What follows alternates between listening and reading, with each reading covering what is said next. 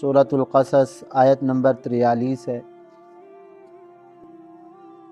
پچھلی آیات میں حضرت موسیٰ علیہ السلام کے پیدائش سے لے کر فرعون کی ہلاکت تک کے واقعات اللہ تعالیٰ نے بیان فرمائے ہیں۔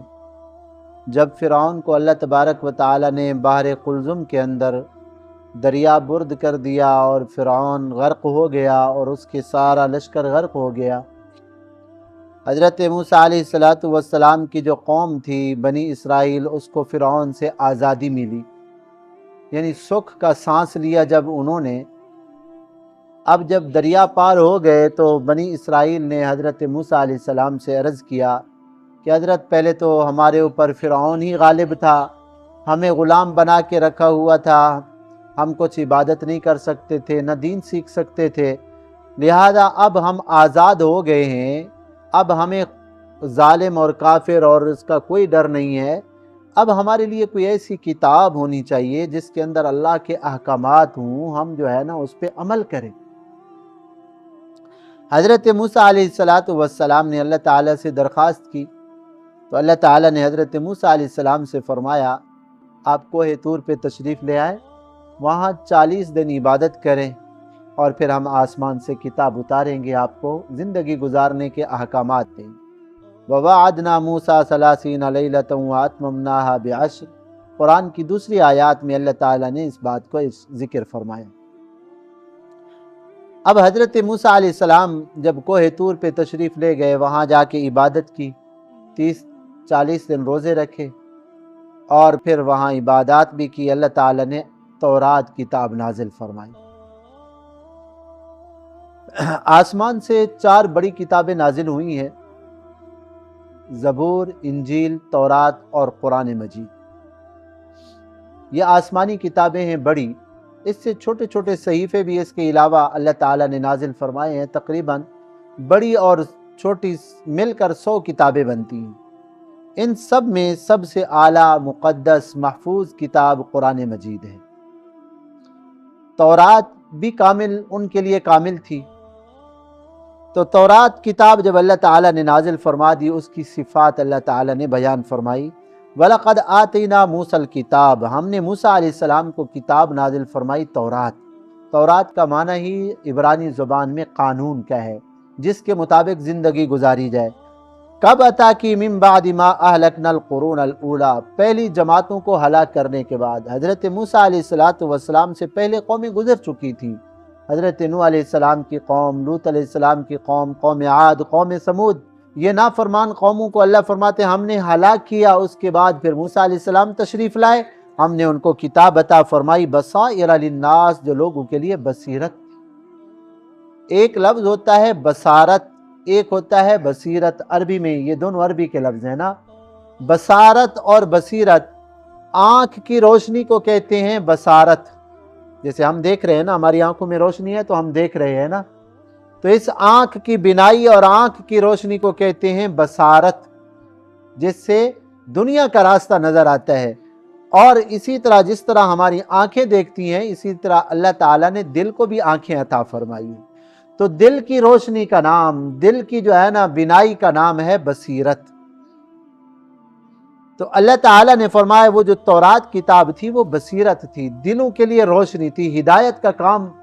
جب آدمی کتاب پڑھتا ہے تو انسان کے سامنے اچھائی اور برائی کا راستہ نظر آتا ہے، نہیں آتا؟ اس کو نظر آتا۔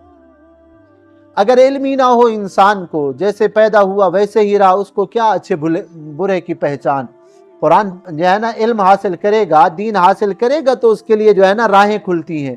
تو اللہ تبارک و تعالیٰ نے فرمایا وہ کتاب بصیرت تھی تورات، کہ اس کو پڑھ کر انسان کو اچھائی برائی میں فرق معلوم ہوتا تھا۔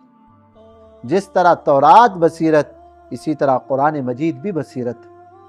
قرآن مجید پڑھ کر انسان کو اچھے برے کی تمیز ہوتی ہے، ہدایت اور گمراہی کی چیزیں نظر آتی ہے۔ وہ ہدن، اور وہ کتاب ہدایت بھی تھی۔ جیسے قرآن کے بارے میں بھی اللہ تعالیٰ نے فرمایا ذالک الکتاب لا ریب فیہ ھدی للمتقین، قرآن بھی ہدایت ہے۔ آپ صلی اللہ علیہ وسلم نے صحابہ اکرام کو صرف قرآن ہی تو پڑھایا تھا۔ قرآن سارے علوم کا مجموعہ ہے، جمع کیا ہوا ہے قرآن۔ قرآن اللہ کا کلام ہے ساری، اسی لیے آپ صلی اللہ علیہ وسلم نے فرمایا کہ قرآن کے عجائبات ختم نہیں ہوتے. بہت بڑے لوگ آئے ہیں آپ صلی اللہ علیہ وسلم کے بعد سے قرآن کی تفاسیر لکھ رہے ہیں, لیکن آج تک کوئی عالم یہ دعویٰ نہیں کر سکتا کہ ہم نے مکمل قرآن کی تفسیر لکھی. حضرت مولانا عبداللہ بجلی رحمۃ اللہ علیہ ایک مفسر قرآن گزرے ہیں, انہوں نے قرآن کی تفسیر لکھنا شروع کی. بسم اللہ کیا کہ بھئی چلو بسم اللہ سے تفسیر شروع کرتے ہیں. بسم اللہ الرحمن الرحیم, بسم اللہ کے 19 حروف ہیں. بسم اللہ الرحمن الرحیم 19 حروف ہیں. تو اس نے ہر حرف کی جو ہے نا ایک جلد لکھی تفسیر کی. تو 19 جلدیں تو بسم اللہ کی لکھنی. ہاں, تو قرآن کے اندر اللہ نے ایسا علم رکھا ہے. تو قرآن بھی دلوں کے لیے نور ہے, قرآن بھی دلوں کے لیے روشنی ہے. اس لیے کافروں کے بارے میں اللہ تعالیٰ نے فرمایا فَإِنَّهَا لَا تَعْمَى الْأَبْصَارُ, ان کے بارے میں فرمایا کہ کافر ان آنکھوں کے اندھے نہیں ہیں, وَلَكِنْ تَعْمَى الْقُلُوبُ الَّتِي فِي الصُّدُورِ, دل کی آنکھوں کے اندھے ہیں جو دل انسان کے سینے کے اندر ہے. جب دل اندھا ہو جاتا ہے پھر اللہ کے نبی کی زبان سے بھی ہدایت انسان کو نہیں ملتی. جب اندھا ہو جاتا ہے تو اللہ کی قدرت کی نشانیاں دیکھ کر بھی پھر انسان اللہ کو نہیں پہچانتا. دیکھو آپ صلی اللہ علیہ وسلم کے معجزات کافروں نے آنکھوں سے دیکھے تھے, لیکن دل کیا تھا؟ اندھا تھا. پھر راستہ ان کو ہدایت والا نظر نہیں آیا. جیسے دنیا کے اندر جس آدمی کی آنکھیں نظر نہ ہوں, بلب تو بلب کیا سورج نکلا ہوا ہو پھر بھی بیچارے کو راستہ نظر نہیں آتا. ایسا ہے جس کی آنکھیں نہ ہوں, بینائی نہ ہوں, بلب کی روشنی کیا ہے, سورج کی روشنی بھی ہو تب بھی اس کو نظر نہیں آتا. جس کی آنکھیں دل کی آنکھیں اندھی ہو جائیں, علماء تو علماء انبیاء بھی موجود ہوں آ جائیں تو پھر بھی ان بدبختوں کو ہدایت نہیں ملتی, دل اندھے ہو چکے. وَرَحْمَةً, اور وہ کتاب رحمت بھی تھی, لَعَلَّهُمْ يَتَذَكَّرُونَ, تاکہ وہ نصیحت حاصل کرے اور زندگی کو سنوارے. یہ ساری کی ساری خوبیاں اللہ نے قرآن میں بھی ذکر. قرآن اس لیے نہیں ہے کہ بس جی مرنے کا انتظار کرو کہ کوئی مر جائے پھر فوراً قرآن خوانیاں شروع کر دو بس حق ادا ہو گیا. قرآن تو اللہ نے اتارا ہے عمل کرنے کے لیے. قرآن تو اتارا ہے عمل کرنے کے لیے کہ قرآن کو پڑھو, زندگی میں قرآن کو سمجھو, قرآن کے اوپر عمل کرو, اللہ کو راضی کرو, قرآن کے مطابق زندگی گزارو. اس لیے اللہ نے نازل نہیں کیا کہ اس کو الماری کے اندر رکھ کے بس حق ادا ہو گیا, تھوڑا سا ایک دو چمیاں لے لی حق ادا ہو گیا. یہ قرآن کا حق نہیں ہے. قرآن تو ساری زندگی کے اندر جو ہے نا لاگو کرنے کے لیے اللہ نے بھیجا ہے, سمجھنے کے لیے, عمل کرنے کے لیے بھیجا ہے. آج اللہ معاف فرمائے قرآن کا قانون لاگو کرتے ہوئے مسلمان ڈرتا ہے کہ بھی اسلامی نظام نافذ کرو. ہمارے ملک کا نظام کون سا ہونا چاہیے؟ اسلامی ہونا چاہیے. جو اللہ کا قرآن کہتا ہے, اللہ کے محبوب کا فرمان کہتا ہے, اسی کے مطابق ہمارا قانون ہونا چاہیے نا. تو ڈرتے ہیں لوگ, بھئی قرآن کا احکام آ گئے پھر پتہ نہیں کیا ہوگا, ہاتھ کٹ جائیں گے, لوگ قتل ہو جائیں گے. بھی کن کے کٹیں گے؟ چوروں کے کٹیں گے نا, سیدھے سادے آدمی کے تو نہیں کٹیں گے نا. ہاں, سیدھے سادے آدمی کے تو ہاتھ نہیں کٹیں گے, ظالموں کے کٹیں گے. قاتلوں کو قتل کیا جائے گا جنہوں نے دوسری کی زندگی کے چراغ کو گل کیا, پھر اس کو بھی زندہ رہنے کا حق نہیں. آج قاتلوں کے اوپر, چوروں کے اوپر تو رحم کرتے ہیں لیکن پوری امت کے اوپر ان کو رحم نہیں آتا. کیسے ظالم لوگ ہیں. ہاں, دل کے اندھے ہو گئے ہیں.